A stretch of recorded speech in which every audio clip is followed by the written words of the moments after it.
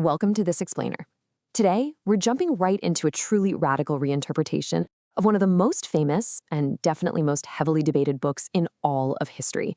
We are unpacking Raimundo Lizarraga Verdugo's absolutely fascinating new analysis of Karl Marx's Capital. And look, according to his research, the world has gotten this text completely wrong. He argues that capital was never meant to be a tool for destroying the economy. Actually, he makes a really compelling case that it was written as a literal, step-by-step, how-to guide for industrial progress and capitalist development. It's a massive claim, so let's just get right into the evidence. Okay, let's dive into this. Right in the preface of the original 1867 edition of Capital, Marx uses this famous Latin phrase, De te fabula narrator, or the story is about you. Now, Lizarraga Verdugo points out that Marx wasn't writing this as some dark warning to be feared. Not at all. He was looking at the incredibly rapid industrialization of England, and he was enthusiastically challenging his own underdeveloped country, Germany, to pay attention. He was basically saying, hey, look at England's massive economic engine. This is your future. Go build it. It was essentially a call to arms for rapid industrialization. Think of our agenda today as the table of contents for our training manual. We're going to cover an unlikely capitalist manual, the blueprint for civilization, the lost exclamation mark, sabotage by the academics, and finally, how to build tomorrow. Moving into Section 1, an unlikely capitalist manual. We really need to understand the fundamental misunderstanding of this famous text. According to our source material, Lizarraga Verdugo uses a brilliantly stark, relatable analogy to explain this. Imagine your car breaks down, and you have the mechanical repair manual sitting right there in the glove box. It would be completely absurd to sit by the side of the road and start writing a moral essay about the car's fetishism, right? Or, drafting a university thesis on the alienating nature of the spark plugs. No way. You use the manual to actually fix the car, tune it up, or maybe even figure out how to upgrade it into a faster electric vehicle. The author argues that Capital is exactly that, a mechanical manual for the economy, meant to fix and improve civilization, not to just write moral complaints about it. Let's move into Section 2, the blueprint for civilization, and examine the author's fiercely pro-industrial reading of the text. So the crucial point here is how we define wealth. According to the source, Marx didn't define wealth as moral virtue or for savings or holding on to the past. He defined it literally as an enormous accumulation of commodities. Wealth is the physical, tangible production of goods. It's the creation of high-quality, abundant, and cheap products through human ingenuity and heavy machinery. In this view, producing more stuff is exactly what drives civilization forward and pulls humanity out of poverty and stagnation. To achieve this massive accumulation of wealth, the author claims Marx advocated for very specific, practical steps to hit the gas pedal on capitalism. The blueprint requires eliminating outdated, feudal regulations that just slow down business. It calls for embracing free trade to spur rapid industrialization. It demands massive investments in infrastructure.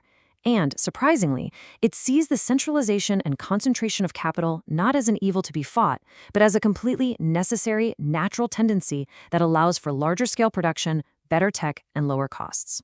In fact, Lizarraga Verdugo makes the really surprising assertion that Marx was what we would call today an accelerationist. The source argues that Marx wanted to push capitalist development to its absolute maximum speed, like literally even faster than the capitalists of his day wanted. He wanted to rapidly build up the productive forces, squeezing every ounce out of science and technology to prepare the ultimate material groundwork for the future of society. This brings us to Section 3, the lost exclamation mark. If this pro-capitalist acceleration was the original intent, how did it get completely lost? Now, what's really interesting about this is what the author calls a literal philological crime. In the original 1867 German edition, Marx wrote that the industrially developed country shows the less developed country the image of its own future. And he ended that sentence with a massive, enthusiastic exclamation mark. He was genuinely excited about this progress. But if you look at the later standardized editions that most academics use today, that exclamation mark has been silently deleted. It's just been replaced by a cold, neutral period. The author traces this ideological cover-up through a very specific timeline. In 1867, we have Marx's enthusiastic publication. By 1890, his collaborator Engels begins to soften the tone slightly in later editions. But the real shift, the smoking gun, happens in 1962, when the Soviet-aligned editors of the standard German works silently delete the exclamation mark altogether, with absolutely no footnote or warning. By 1975, standard global translations cement this error, effectively erasing the original enthusiasm for Western industrialization right out of history. Moving to Section 4, Sabotage by the academics. The author argues this deletion wasn't just a typo, but a deliberate ideological shift. And this brilliantly illustrates the massive divide between modern academic interpretations and what the author argues is the actual written blueprint. According to Lizarga Verdugo, while modern Marxists teach abstract theories about fetishism and alienation, the actual text focuses heavily on production and innovation. Where academics teach moral outrage against the system, the text advocates for accelerated industrialization. And while modern theories often focus on resisting capital, the author notes that the original text explicitly urges underdeveloped nations to eagerly learn from and copy advanced industrialized nations. So why would editors and academics alter this message? Well, the source points to some pretty clear geopolitical motives.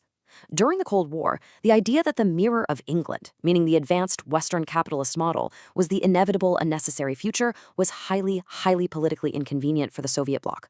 They wanted to skip capitalist development entirely.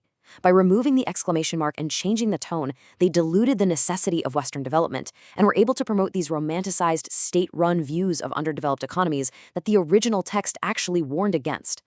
A prime example of this is the concept of original accumulation, which is the historical process where peasants were separated from their land to create a modern workforce.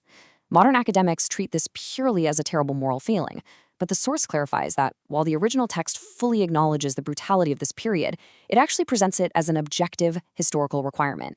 It was seen as the necessary birth pangs required to build massive industrial forces and transition from a stagnant feudal society into a dynamic, developed civilization. Let's move to our final section, how to build tomorrow. If we strip away the academic sabotage, how does this actually help us right now? Let's see how this builds a framework for modern readers. The author literally treats the book like a pure business manual with specific instructions. Step 1, start directly with the enthusiastic 1867 preface so you understand the goal is rapid development. Step 2, ignore the moralizing, pessimistic interpretations of academics who, frankly, have never worked in the actual economy.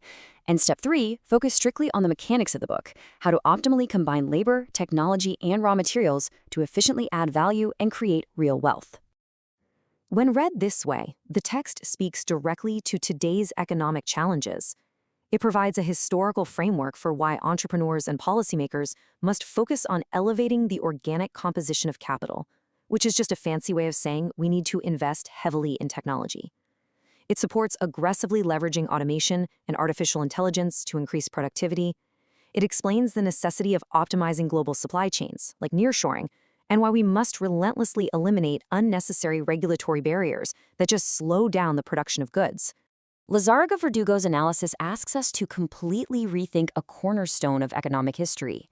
By finding that lost exclamation mark, he challenges us to view industrial progress not as a problem to be stopped, but as a vital engine to be optimized. Which leaves us with a really critical question to reflect on. Are we brave enough to use all the tools at our disposal to aggressively build a more productive future? Or will we remain trapped by the ideological sabotage and the ghosts of a rewritten past? Thank you so much for joining me for this explainer, and keep building.